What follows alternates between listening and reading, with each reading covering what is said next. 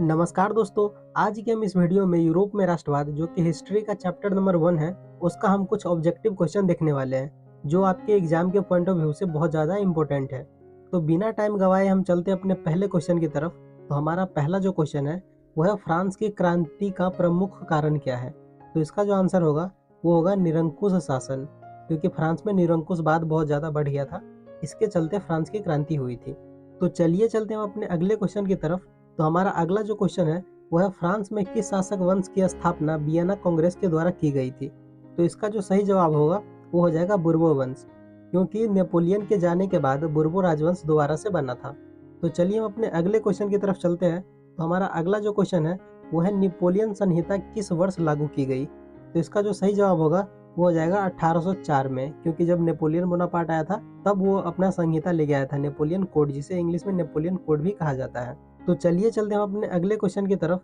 तो हमारा अगला जो क्वेश्चन है वो है मेटरनिक व्यवस्था का उद्देश्य क्या था। तो इसका जो सही जवाब होगा वो हो जाएगा पुरातन व्यवस्था की पुनर्स्थापना, क्योंकि जो मेटरनिक था वो चाहता था कि पहले जैसी व्यवस्था फिर से आ जाए। तो चलिए चलते हम अपने अगले क्वेश्चन की तरफ। तो हमारा अगला जो क्वेश्चन है वो है मेटरनिक कौन था। तो इसका जो सही जवाब होगा वो हो जाएगा ऑस्ट्रिया का चांसलर। तो इसका जो सही जवाब होगा वो हो जाएगा पहला ऑस्ट्रिया का चांसलर। तो चलिए चलते हम अपने अगले क्वेश्चन की तरफ। तो हमारा अगला जो क्वेश्चन है वो है कि किसने कहा था कि जब फ्रांस छींकता है तो बाकी यूरोप को सर्दी जुकाम हो जाता है। तो इसका जो सही जवाब होगा वो हो जाएगा मेटरनिक। तो चलिए चलते हम अपने अगले क्वेश्चन की तरफ। तो हमारा अगला जो क्वेश्चन है वो है नेपोलियन कोड में कुल कितने कोड थे। तो इसका जो सही जवाब होगा वो हो जाएगा 5। तो चलिए चलते हम अपने अगले क्वेश्चन की तरफ। तो हमारा अगला जो क्वेश्चन है वो है इटली एवं जर्मनी वर्तमान में किस महादेश के अंतर्गत आते हैं। तो इसका जो सही जवाब होगा वो हो जाएगा यूरोप। तो चलिए चलते हैं अपने अगले क्वेश्चन की तरफ। तो हमारा अगला जो क्वेश्चन है वो है वियना कांग्रेस कब हुआ था। तो इसका जो सही जवाब होगा वो हो जाएगा 1815 ईस्वी। तो चलिए चलते हैं अपने अगले क्वेश्चन की तरफ। तो हमारा अगला जो क्वेश्चन है वो है 1830 की क्रांति के बाद फ्रांस में किस प्रकार का शासन व्यवस्था स्थापित हुआ। तो इसका जो सही जवाब होगा वो हो जाएगा संवैधानिक राजतंत्र। तो चलिए चलते हैं अपने अगले क्वेश्चन की तरफ। तो हमारा अगला जो क्वेश्चन है वो है यंग यूरोप का संस्थापक कौन था। तो इसका जो सही जवाब होगा वो हो जाएगा मेजनी। तो चलिए चलते हैं अपने अगले क्वेश्चन की तरफ। तो हमारा अगला जो क्वेश्चन है वो है इटली के एकीकरण का मसीहा किसे कहा जाता है। तो इसका भी जवाब हो जाएगा मेजनी। तो चलिए चलते हैं अपने अगले क्वेश्चन की तरफ। तो हमारा अगला जो क्वेश्चन है वो है मेजनी का संबंध किस संगठन से था। तो इसका जो सही जवाब होगा वो हो जाएगा कार्बोनरी संगठन से मेजनी का संबंध था। तो चलिए चलते हैं अपने अगले क्वेश्चन की तरफ। तो हमारा अगला जो क्वेश्चन है वो है कि किसने अपनी कूटनीति के बल पर इटली की समस्या को पूरे यूरोप की समस्या बना दिया। तो इसका जो सही जवाब होगा वो हो जाएगा काउंट काबूर, क्योंकि जो काउंट काबूर था ना वो प्रधानमंत्री नियुक्त किया गया था। तो चलिए चलते हैं अपने अगले क्वेश्चन की तरफ। तो हमारा अगला जो क्वेश्चन है वो है यंग इटली का संस्थापक कौन था। तो इसका भी जवाब हो जाएगा मेजनी। तो चलिए चलते हैं अपने अगले क्वेश्चन की तरफ। तो हमारा अगला जो क्वेश्चन है वो है लाल कुर्ती का गठन किसने किया था। तो इसका जो सही जवाब होगा वो हो जाएगा गैरीवाल्डी। तो चलिए चलते हैं अपने अगले क्वेश्चन की तरफ। तो हमारा अगला जो क्वेश्चन है वो है काबूर कौन था, मतलब कि काउंट काबूर कौन था। तो वो इटली का प्रधानमंत्री था। तो इसका जो सही जवाब होगा वो हो जाएगा इटली का प्रधानमंत्री। तो चलिए चलते हैं अपने अगले क्वेश्चन की तरफ। तो हमारा अगला जो क्वेश्चन है वो है फ्रेंड्स ऑफ इटली नामक संस्था का गठन किसने किया था। तो इसका जो सही जवाब होगा वो हो जाएगा मेजनी। तो चलिए चलते हैं अपने अगले क्वेश्चन की तरफ। तो हमारा अगला जो क्वेश्चन है वो है कार्बोनरी की स्थापना किस वर्ष हुई थी, मतलब कि जो कार्बोनरी संगठन था उसकी स्थापना कब हुई थी। तो इसका जो सही जवाब होगा वो हो जाएगा 1810 ईस्वी में। तो चलिए चलते हैं अपने अगले क्वेश्चन की तरफ। तो हमारा अगला जो क्वेश्चन है वो है गैरीवाल्डी पेशे से क्या था। तो इसका जो सही जवाब होगा वो हो जाएगा नाविक। तो चलिए चलते हैं अपने अगले क्वेश्चन की तरफ। तो हमारा अगला जो क्वेश्चन है वो है काउंट काबूर को विक्टर एमेनुअल ने किस पद पर नियुक्त किया था। तो इसका जो सही जवाब है वो हो जाएगा प्रधानमंत्री। तो चलिए चलते हैं अपने अगले क्वेश्चन की तरफ। तो हमारा अगला जो क्वेश्चन है वो है इटली के एकीकरण में निम्न में से किसका संबंध नहीं है। अब देखो यहाँ पे क्वेश्चन को घुमाया गया है। यहाँ पे लिखा क्या गया है कि इटली का जो एकीकरण था ना उसमें कौन शामिल नहीं था। इन ये जो 4 ऑप्शन दिया हुआ है यहाँ पे, इन चारों में से किसका संबंध नहीं था, यहाँ पे ये पूछा जा रहा है। तो देखो जो मेजनी था वो इटली के लिए काम किया था, जो काउंट काबूर था वो भी इटली के लिए काम किया था, और जो गैरीवाल्डी था वो भी इटली के लिए काम किया था। लेकिन यहाँ पर जो बिस्मार्क है वो जर्मनी के लिए काम किया था। तो इसका जो सही जवाब होगा वो हो जाएगा बिस्मार्क। तो चलिए चलते हैं अपने अगले क्वेश्चन की तरफ। तो हमारा अगला जो क्वेश्चन है वह विलियम प्रथम कहाँ का शासक था? तो इसका जो सही जवाब होगा वो हो जाएगा प्रसा। तो चलिए चलते हैं हम अपने अगले क्वेश्चन की तरफ।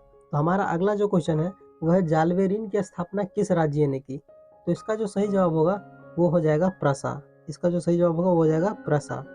तो चलिए चलते हैं अपने अगले क्वेश्चन की तरफ। तो हमारा अगला जो क्वेश्चन है वह सेडोन का युद्ध किसके बीच हुआ था?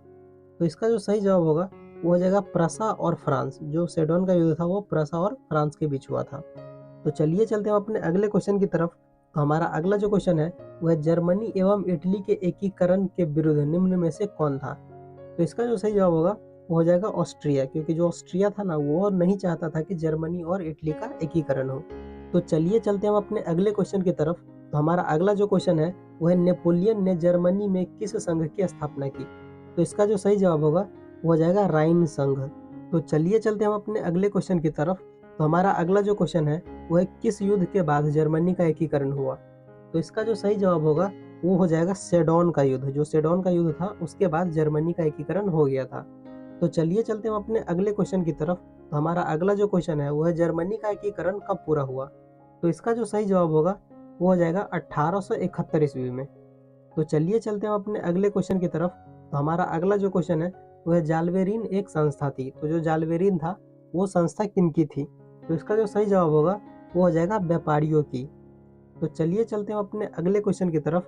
तो हमारा अगला जो क्वेश्चन है वो है सेडोवा के युद्ध में किसकी पराजय हुई? तो इसका जो सही जवाब होगा वो हो जाएगा ऑस्ट्रिया की। तो इसका जो सही जवाब होगा वो हो जाएगा ऑस्ट्रिया। तो चलिए चलते हैं अपने अगले क्वेश्चन की तरफ। तो हमारा अगला जो क्वेश्चन है वह बिस्मार्क क्या था? तो जो बिस्मार्क था वो एक कूटनीतिज्ञ था। तो चलिए चलते हैं अपने अगले क्वेश्चन की तरफ। तो हमारा अगला जो क्वेश्चन है वो है हीगल कौन था? तो जो हीगल था वो एक दार्शनिक था। तो इसका जो सही जवाब होगा वो हो जाएगा दार्शनिक। तो चलिए चलते हैं अपने अगले क्वेश्चन की तरफ। तो हमारा अगला जो क्वेश्चन है वह सन 1870 में फ्रांस और प्रसा के बीच युद्ध कहाँ हुआ था? तो इसका जो सही जवाब है वो हो जाएगा सेडोन। जो सेडोन का मैदान था ना वहाँ पर युद्ध हुआ था। तो चलिए चलते हैं अपने अगले क्वेश्चन की तरफ। तो हमारा अगला जो क्वेश्चन है वह किस संधि के द्वारा जर्मनी का एकीकरण पूरा हुआ? तो इसका जो सही जवाब होगा वो हो जाएगा फ्रैंकफर्ट की संधि। तो चलिए चलते हैं अपने अगले क्वेश्चन की तरफ। तो हमारा अगला जो क्वेश्चन है वो है, अच्छा यहाँ पे गलत लिखा गया है, यहाँ पे सेल्सविंग होगा, ठीक है, यहाँ पे होगा सेल्सविंग और होलेस्टीन। तो यहाँ पे गलती लिख दिया गया है यहाँ पे, ठीक है। तो ये जो क्वेश्चन है वो है सेल्सविंग और होलेस्टीन का संबंध किस देश के एकीकरण से है? तो इसका जो सही जवाब होगा वो हो जाएगा जर्मनी के एकीकरण से। तो चलिए चलते हैं हम अपने अगले क्वेश्चन की तरफ। तो हमारा अगला जो क्वेश्चन है वो है जर्मन राइन राज्य का निर्माण किसने किया था? तो इसका जो सही जवाब होगा वो हो जाएगा नेपोलियन बोनापार्ट। तो चलिए चलते हैं अपने अगले क्वेश्चन की तरफ। तो हमारा अगला जो क्वेश्चन है वो है रक्त और लोहा, यहाँ पे भी मिस प्रिंट हुआ है, ठीक है। तो ये जो क्वेश्चन है वो है रक्त और लौह की नीति का अवलंबन किसने किया था? तो इसका जो सही जवाब होगा वो हो जाएगा बिस्मार्क ने। तो चलिए चलते हैं अपने अगले क्वेश्चन की तरफ। तो हमारा अगला जो क्वेश्चन है वो है फ्रैंकफर्ट की संधि कब हुई थी? तो इसका जो सही जवाब होगा वो हो जाएगा 1871 ईस्वी में। तो चलिए चलते हैं अपने अगले क्वेश्चन की तरफ। तो हमारा अगला जो क्वेश्चन है वह सेडोन का युद्ध कब हुआ था? तो इसका जो सही जवाब होगा वो हो जाएगा 1870 ईस्वी में। तो चलिए चलते हैं अपने अगले क्वेश्चन की तरफ। तो हमारा अगला जो क्वेश्चन है वह जर्मनी के एकीकरण का प्रमुख वास्तुकार कौन है? तो इसका जो सही जवाब होगा वो हो जाएगा बिस्मार्क। तो चलिए चलते हैं अपने अगले क्वेश्चन की तरफ। तो हमारा अगला जो क्वेश्चन है वो है 1871 में कौन सी संधि हुई थी? तो अभी मैंने आपको बताया था यही क्वेश्चन 3 बार अभी तक आ चुका है घुमा उमा के। तो देखिए 1871 में फ्रैंकफर्ट की संधि हुई थी। तो चलिए चलते हैं अपने अगले क्वेश्चन की तरफ। तो हमारा अगला जो क्वेश्चन है वो है जर्मनी के एकीकरण के लिए कौन उत्तरदायी था? तो इसका जो सही जवाब होगा वो हो जाएगा बिस्मार्क। तो चलिए चलते हैं अपने अगले क्वेश्चन की तरफ। तो हमारा अगला जो क्वेश्चन है वो है यूरोप का मरीज किसे कहा जाता है? तो इसका जो सही जवाब होगा वो हो जाएगा तुर्की। तो चलिए चलते हैं अपने अगले क्वेश्चन की तरफ। तो हमारा अगला जो क्वेश्चन है वो है यूरोप वासियों के लिए किस देश का साहित्य एवं विज्ञान प्रेरणा का स्रोत है? तो इसका जो सही जवाब होगा वो हो जाएगा यूनान। तो चलिए चलते हैं अपने अगले क्वेश्चन की तरफ। तो हमारा अगला जो क्वेश्चन है वह यूनान के स्वतंत्रता संग्राम में किसकी पराजय हुई? तो इसका जो सही जवाब है वो हो जाएगा तुर्की, क्योंकि तुर्की और यूनान के बीच में युद्ध हुआ था और इस युद्ध में यूनान जीत जाता है। तो चलिए चलते हैं अपने अगले क्वेश्चन की तरफ। तो हमारा अगला जो क्वेश्चन है वो है 1829 ईस्वी में एड्रियानोपुल की संधि किस देश के साथ हुई थी? तो इसका जो सही जवाब होगा वो हो जाएगा रूस। तो चलिए चलते हम अपने अगले क्वेश्चन की तरफ। तो हमारा अगला जो क्वेश्चन है वो है यूरोपीय सभ्यता का पालना किस देश को कहा जाता है? तो इसका जो सही जवाब होगा वो हो जाएगा यूनान। तो देखो यहाँ पर सारे ऑब्जेक्टिव क्वेश्चन खत्म हो जाते हैं और इसका जो सब्जेक्टिव वीडियो है वो भी बहुत जल्द आने वाला है। तो आप लोग चैनल को सब्सक्राइब कर लो ताकि मैं जितनी भी इंपॉर्टेंट वीडियो आप लोगों के लिए डालूँ वो आप तक पहुँच जाए। तो इसीलिए आप चैनल को सब्सक्राइब करो और हाँ, इस वीडियो को जितना से जितना हो सके शेयर कर दो, क्योंकि क्या पता यार इस वीडियो से आपके किसी दोस्त को मदद मिल जाए। तो मिलते हैं हम अगले वीडियो में, तब तक के लिए bye bye and take care.